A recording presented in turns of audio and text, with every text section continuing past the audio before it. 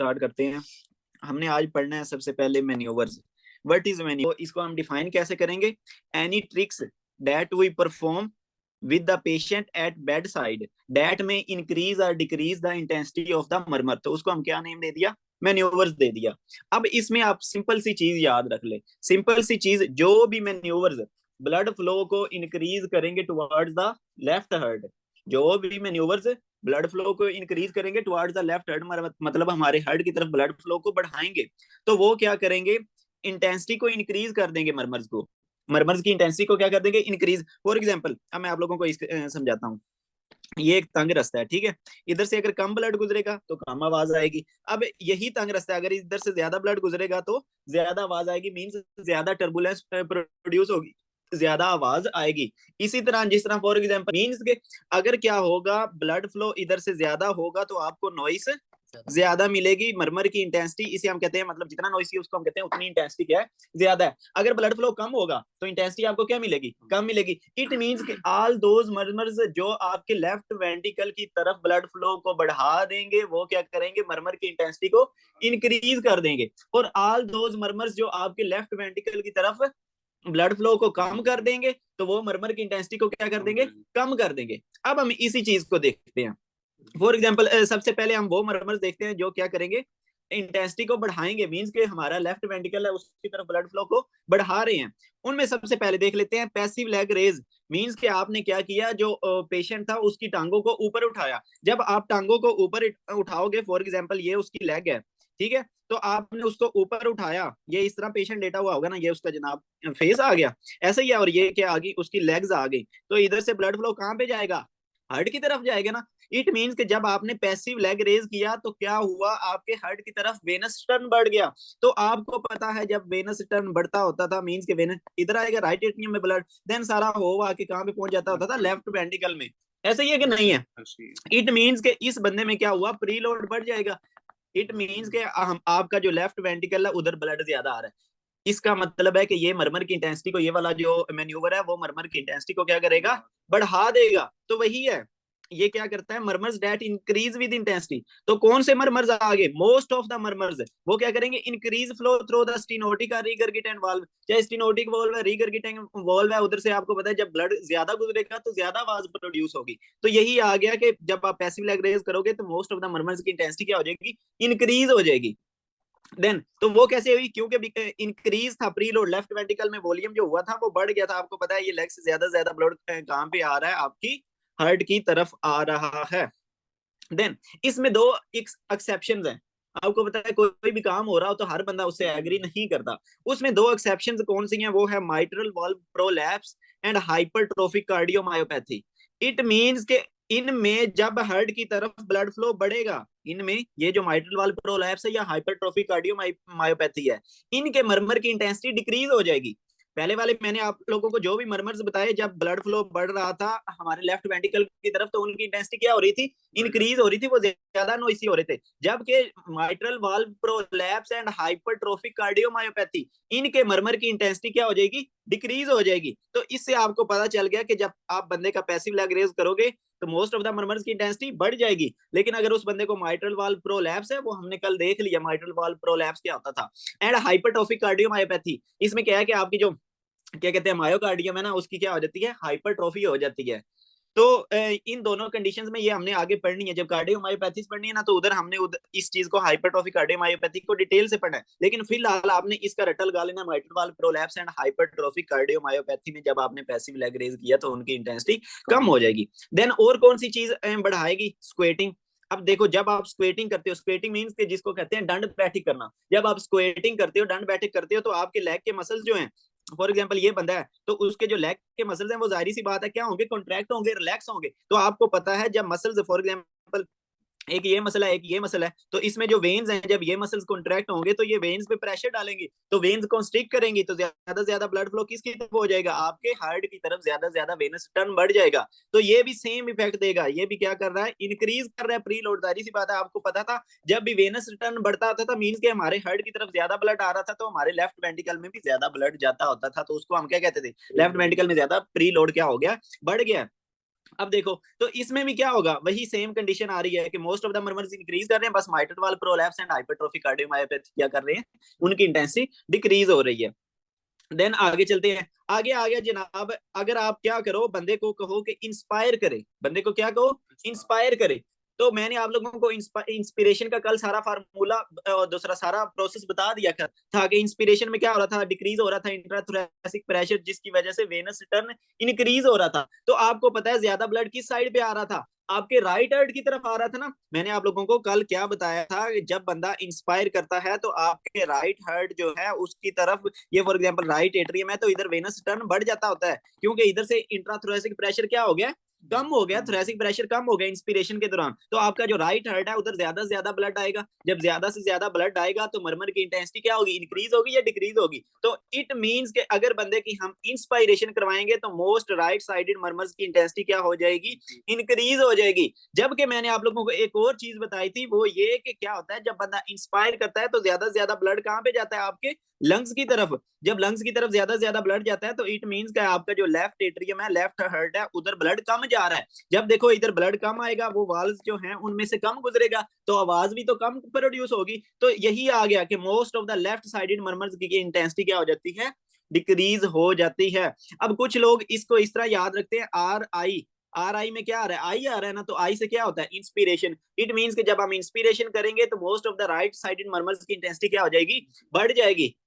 And then चीज हमारे जो मेन काम की चीज है वो ये है कि जब आप बंदे को इंस्पायरेशन करवाओगे तो राइट साइडेड मर्मर्स की इंटेंसिटी इंक्रीज हो जाएगी। वो हमें पता चल गया कि जब वेनस टर्न इंक्रीज हुआ तो यही है, क्या होता है उस बंदे में, इंक्रीज हो जाता है venous turn to the right heart, और डिक्रीज हो जाता है venous turn to the left heart. क्योंकि हमारा जो लेफ्ट एट्रियम था उधर ब्लड कहाँ से आ रहा था, लंग्स में से आ रहा था ना, लेकिन अब तो ज्यादा से ज्यादा ब्लड कहाँ पे रह रहा है, आपके लंग्स में रह रहा है। तो इट मींस के हमारा जो लेफ्ट एट्रियम है उधर कम ब्लड आ रहा है, तो जाहिर सी बात है venous turn to left heart क्या हो गया है, कम हो गया, जबकि राइट हार्ट की तरफ ज्यादा हो गया है। तो ये था इंस्पिरेशन का कंसेप्ट। देन आगे चलते हैं, आगे आ गया कि वो सारे, अब देखो वो सारी चीजें जो क्या करेंगी, वेनस टर्न को कम करेंगी। वेनस टर्न को कहाँ कम करेंगी, हमारे हार्ट की तरफ। तो जाहिर सी बात है मरमर की इंटेंसिटी को क्या कर देंगी, कम कर देंगी। एक्सेप्शन कौन सी आ गई, माइट्रल वाल्व प्रोलैप्स और एंड हाइपरट्रॉफिक कार्डियोमायोपैथी। अब वही देखते हैं उसमें कौन कौन सी चीजें आ जाती हैं जो आपकी हार्ट की तरफ ब्लड फ्लो को कम करती हैं। तो बंदा जब खड़ा होता है तो आपको पता है, फॉर एग्जांपल ये बंदा है, ये जनाब उसकी टांगे वगैरह आ गई, तो जाहिर सी बात है जब खड़ा होगा तो ग्रेविटी का इफेक्ट ये होता है कि मोस्ट ऑफ द ब्लड कहाँ पे, आपके टांगों की तरफ जाएगा। ऐसे ही है कि नहीं है। तो देखो जब टांगों की तरफ ब्लड जाएगा इट मींस कि ये जो आपका हार्ट था इधर ब्लड क्या आएगा, कम आएगा। तो यही तो इससे इंटेंसिटी क्या हो जाएगी, डिक्रीज हो जाएगी। मोस्ट ऑफ द मर्मर्स की इंटेंसिटी क्या हो जाएगी, डिक्रीज हो जाएगी। जबकि कौन से मर्मर की इंटेंसिटी इंक्रीज करेगी, mitral valve prolapse and hypertrophic cardiomyopathy की इंटेंसिटी क्या कर जाएगी, इंक्रीज कर जाएगी, क्योंकि ये। और आ गया वेल्सल्वा। अब वेल्सल्वा इंपॉर्टेंट है। व्हाट इज वेल्सल्वा मैन्यूवर, इसमें यह है कि आपने बंदे को कहना है कि मुंह से दूसरा एक्सपायरेट करे, एक्सपायर मतलब सांस बाहर निकाले और अपने मुंह को बंद करके सांस बाहर निकाले। अभी आप लोग ये करके देखो, मुंह बंद करके सांस को बाहर निकालना है। तो आप जब ये काम करोगे तो आपको अपनी चेस्ट में और आप मतलब थोरैक्स में और आपका जो एब्डोमेन है उधर प्रेशर सा फील होगा। या इसको बंदे को आपने इस तरह कहना है जिस तरह नीचे बैठ के वॉशरूम करते होते हैं ना, तो जोर लगा के वॉशरूम करो, तो उस वक्त भी उसको भी हम कहते हैं वेल्सल्वा मैन्यूवर। तो उसमें भी आप बेसिकली कर क्या रहे हो, आप अपनी जो चेस्ट कैविटी है और जो आपके जो एब्डोमेन है उधर प्रेशर को बढ़ा रहे हो। आपने अभी करके देखा, आपको प्रेशर फील हुआ है थोरैक्स में, तो ये होता है वेल्सल्वा मैन्यूवर। तो ये आपको एमसीक्यूज आएगा कि इसमें आप बंदे को क्या कहोगे, एक्सपायरेट करो, क्या करो, एक्सपायरेट करो विद क्लोज्ड ग्लोटस। मींस के जहां बंदे को क्या कहा, मुंह बंद करके सांस लेना है, तो प्रेशर आपको ज्यादा कहां पे फील होगा, आपकी थोरैक्स में और कहां पे, एब्डोमेन में। तो जाहिर सी बात है। अच्छा अब देखो इससे क्या होगा, आपने पहले क्या किया था, जब बंदे ने इंस्पायर किया था तो ये थोरैक्स बाहर आई थी और ये जो वेन्स थी इनसे प्रेशर कम हो गया था। अब क्या कर रहे हो आप, इंट्राथोरैसिक प्रेशर को बढ़ा रहे हो वेल्सल्वा मैन्यूवर के थ्रू। तो देखो ये वाली वेन्स क्या होगी, कंप्रेस होंगी ना। ये आपका जो राइट एट्रियम है वो भी कंप्रेस होगा। इट मींस के वेनस रिटर्न क्या हुआ, अब वेनस रिटर्न क्या हो जाएगा, कम हो जाएगा, क्योंकि वेन्स जो पाइप है जिन्होंने पानी लेके जाना था, जिन्होंने ब्लड लेके जाना था, वो ऊपर से कंप्रेस हो गया। तो देखो आपका वेनस रिटर्न क्या हो जाएगा, लेफ्ट एट्रियम की सॉरी राइट एट्रियम की तरफ कम हो जाएगा। देन आपको पता है राइट एट्रियम की तरफ ब्लड कम जाएगा, तो जाहिर सी बात है आपका जो लेफ्ट वेंट्रिकल है उधर भी ब्लड कम जाएगा, प्री लोड क्या हो गया, कम हो गया। तो मैन्यूवर की क्या होगा, मैन्यूवर्स की इंटेंसिटी कम हो जाएगी मोस्ट ऑफ द मैन्यूवर्स की, और दो की इंक्रीज हो जाएगी, कौन कौन से, mitral valve prolapse and hypertrophic cardiomyopathy. तो ये था। अब लास्ट वाला आ गया हैंड ग्रिप। आपने बंदे की क्या करना है, हैंड से ग्रिप करना है, मींस के उसको ना जो हाथ है उसको जोर से पकड़ लेना है।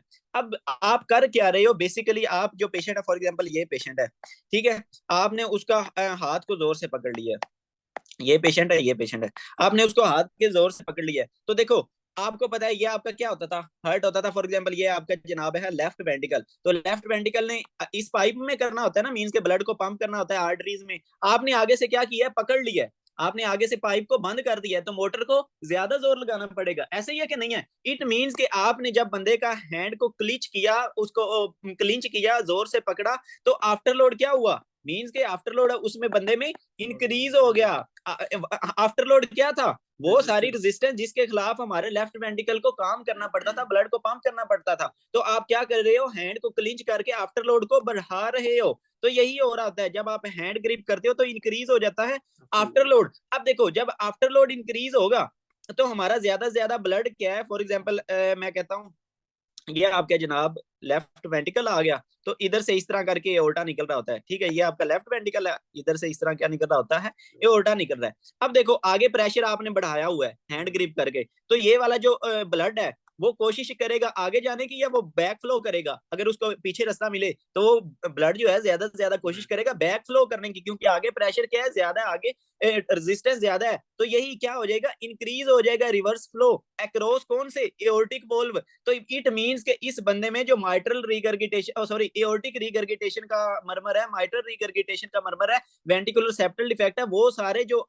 मोस्ट अदर लेफ्ट साइडेड मरमर्स की इंटेंसिटी क्या हो गई है, इंक्रीज हो गई है। कौन कौन सा, aortic regurgitation, mitral regurgitation, ventricular septal defect. अब मैं इस चीज को, अब देखो बेसिकली आपने क्या किया, इंक्रीज कर दिया लेफ्ट वेंटिकल में, लेफ्ट वेंटिकल में वॉल्यूम को आपने बेसिकली क्या किया, बढ़ा दिया ड्यूरिंग डायास्टोल। ड्यूरिंग कब, डायास्टोल। आपने जब देखो ना, सिस्टली के दौरान आगे ब्लड मोस्ट इतना ज्यादा नहीं जा रहा, सिस्टली के दौरान जब ज्यादा ब्लड नहीं जा रहा, तो डायास्टोल के दौरान आपको पता है कि ये एओर्टिक वॉल्व बंद हो जाना चाहिए था, लेकिन देखो जिस बंदे में क्या है, एओर्टिक रिगर्गिटेशन है, तो ब्लड ज्यादा से ज्यादा कहां पे आएगा, आपका वापस आएगा लेफ्ट वेंटिकल में। तो देखो लेफ्ट वेंटिकल में ज्यादा से ज्यादा ब्लड आएगा, तो इट मींस के मरमर की इंटेंसिटी, जो एओर्टिक रिगर्गिटेशन का मरमर है उसकी इंटेंसिटी बढ़ जाएगी। अब देखो जब अगर आगे आफ्टर लोड इंक्रीज है, तो ज्यादा से ज्यादा ब्लड कहां पे रहेगा, आपके लेफ्ट वेंटिकल में, तो जब लेफ्ट वेंटिकल आपका कॉन्ट्रैक्ट करेगा, तो ज्यादा से ज्यादा ब्लड, अगर फॉर एग्जांपल ये माइट्रल वाल्व प्रॉपर्ली क्लोज नहीं हुआ, तो इधर से जाएगा ना, तो इट मींस के माइट्रल रिगर्गिटेशन की भी इंटेंसिटी क्या होगी, बढ़ गई है। अब देखो ये आ गया आपका राइट हर्ट, फॉर एग्जांपल ये राइट हर्ट है,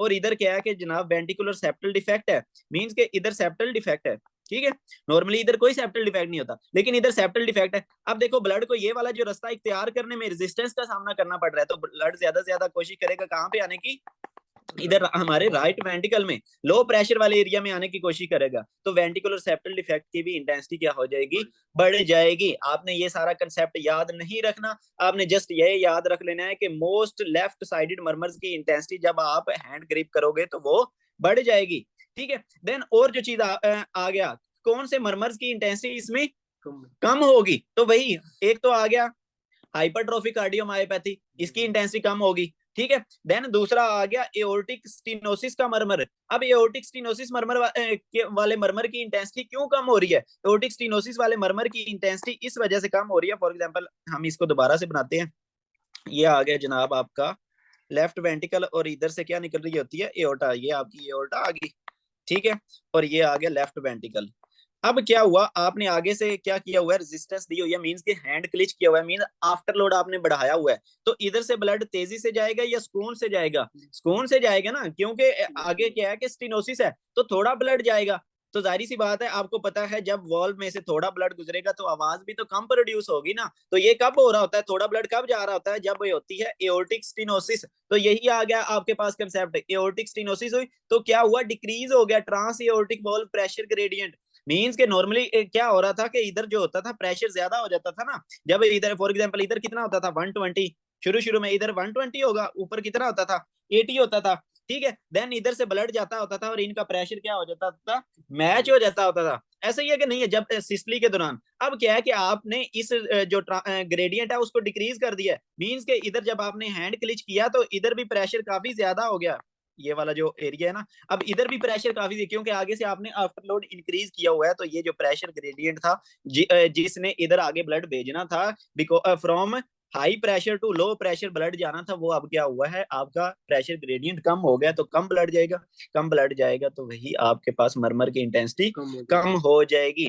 अब देखो इसमें आपका लाजमी नहीं है कि आप सारे कंसेप्ट याद रखो या इस, देन आप सिंपल सा याद रख लो कि मोस्टली जब ब्लड फ्लो बढ़ेगा तो इंटेंसिटी बढ़ जाएगी। मींस के जो भी चीजें ब्लड फ्लो को बढ़ा रही हैं, कौन कौन सी चीजें ब्लड फ्लो को बढ़ा रही थी, पैसिव लग रेस था, स्क्वेटिंग था, ठीक है, और इंस्पायरेशन राइट साइड पे बढ़ा रही थी, तो ये सारी चीजें क्या है कि मरमर्स की इंटेंसिटी बढ़ा देंगी, जबकि वो सारी चीजें जो कम कर रही थी ब्लड फ्लो को, वो क्या करेंगी, इंटेंसिटी को कम कर देंगी। तो आपको पता है कि जनाब स्टैंडिंग एंड वाल्सल्वा मैन्यूवर क्या कर रहे थे, कम कर रहे थे इंटेंसिटी को, क्योंकि ब्लड फ्लो कम जा रहा था, तो इसी वजह से इंटेंसिटी कम हो रही थी, जबकि सिर्फ दो एक्सेप्शन थी, mitral valve prolapse and hypertrophic cardiomyopathy, इनकी इंटेंसिटी इंक्रीज हो रही थी। आप सारा टेबल ना भी याद हो, जस्ट आपको ये याद होना चाहिए।